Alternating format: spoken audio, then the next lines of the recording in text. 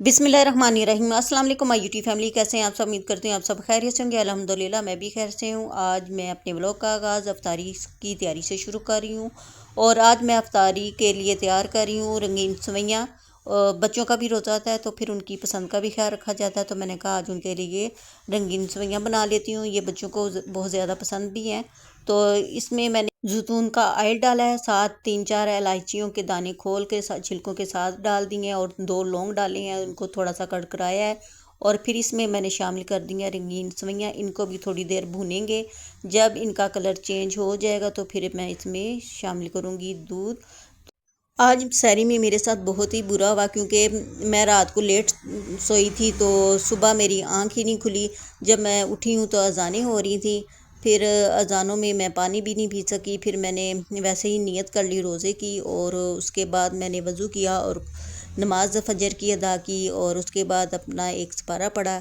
तो फिर उसके बाद घर के थोड़े बहुत काम किए। फिर मैं चली गई थी कुरान पाक की क्लास में, वहाँ पे कुरान पाक सुना क्योंकि कुरान पाक का सुनने का भी बहुत ज़्यादा अजर व सवाब होता है। ऐसी महफ़िलों में जाना चाहिए। यहाँ पर तजवीद और तफसीर के साथ डेली कुरान पाक रमज़ान में दौरा कुरान होता है, तो मैं रोज़ाना जाती हूँ। फिर सेवइयों को मैंने भून लिया था, फिर इसमें चीनी और दूध डालकर इतना पकाया कि सेवइयाँ गल गई थी और थोड़ा सा गाढ़ी हो गई थी। साथ ही मैं आज अफ्तारी के लिए बना रही हूँ काले चने और मैं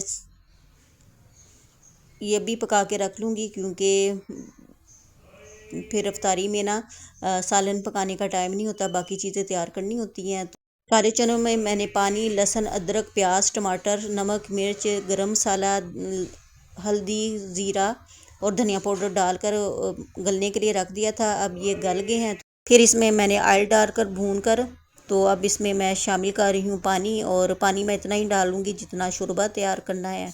तो ये हमारी हंडिया भी तैयार हो गई है। तो ये इसको सहरी में और अफ्तारी में इस्तेमाल कर लेंगे। साथ मैं बना लूँगी चावल। और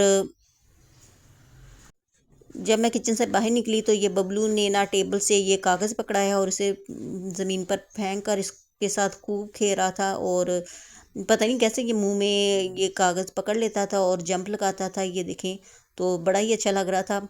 तो मैंने इसकी वीडियो बनाई है। इसकी काफ़ी मैं लंबी सारी वीडियो बनाई थी। मैं इसमें से थोड़ा सा आपके लिए मैंने कहा चले आपके साथ शेयर करती हूँ। और इसके साथ भी हमें मेरा काफ़ी अच्छा टाइम गुजर जाता है। ये शरारतें वगैरह करता है तो काफ़ी अच्छा भी लगता है। और ये देखें कितने अच्छा अंदाज में खेल रहा है जंप लगा लगा कर। तो अगर आपको ये मेरा ब्लॉग पसंद आए तो लाइक कीजिएगा, शेयर कीजिएगा, सब्सक्राइब कीजिएगा, अपने फ्रेंड एंड फैमिली में ज़्यादा से ज़्यादा शेयर कीजिएगा। उम्मीद करती हूँ कि आपको आज का ब्लॉग पसंद आएगा। और जब मेरा शायरी में कभी आँख ना खुले ना, तो मैं फिर रोज़ा बगैर खाए ही रख लेती हूँ। अल्लाह ताला खुद ही हिम्मत अता फरमा देते हैं और घर के काम वगैरह भी शुक्र अल्हम्दुलिल्लाह कर लेती हूँ। शायरी मैंने आपके साथ बनाते हुए शेयर नहीं की क्योंकि उसमें काफ़ी टाइम लग जाना था। शायरी में मैंने समोसे बनाए हैं और ये मैंने दाल पड़ी हुई थी, इसकी रोटी बना ली थी, साथ पकोड़े बनाए हैं। पकोड़े हर रोज़ लाजमी हमारे बनते हैं।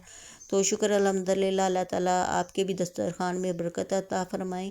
तो अब अफ्तारी का टाइम हो गया है, अब करते हैं रोज़ा अफ्तार करते हैं। शुक्र अल्हम्दुलिल्लाह सारा अफ्तारी मैंने टाइम पे बना ली थी। मेरी कोशिश होती है कि अफ्तार से थोड़ी देर पहले 5-10 मिनट पहले ही सारी चीज़ें तैयार कर लूँ ताकि बैठ के आराम से सुकून से दुआ भी मांग सकूँ।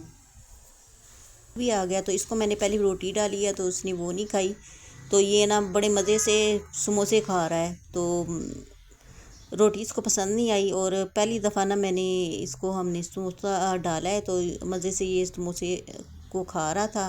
तो इसका भी ना कभी कभी फूड नहीं खाता, इसका दिल करता है कि कोई चीज़ और खाऊं। और कभी ये अंडा भी नहीं आजकल खा रहा और दलिया भी मैं इसको डाल के दे रही थी, वो भी नहीं खाया ना इसने। तो समोसा बड़े शौक़ से ये खा रहा है। तो खूब इसने एंजॉय किया है समोसे को, हमारे साथ अफ्तारी की है। तो उसके बाद हो गया था नमाज का टाइम। अफ्तारी के बाद मैंने नमाज अदा की है और उसके बाद सब ने अफ्तारी कर ली थी और ये पड़े हुए थे पकोड़े, तो मैंने बनाई है चाय और मैंने कहा चले चाय के साथ ये पकोड़े खाते हैं।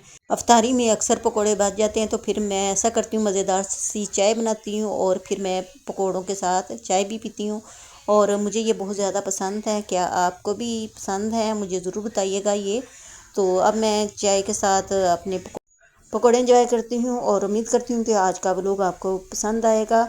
और ये मैंने मुख्तसर सा छोटा सा बनाया है। और इस दुआ के साथ अल्लाह ताला आपके तमाम रंजो गम दुख दर्द परेशानियाँ दूर फरमाए और हर मुश्किलात से महफूज फरमाए और हर कदम पे आपको कामयाबी अता फरमाए। आमीन या रब्बुल आलमीन।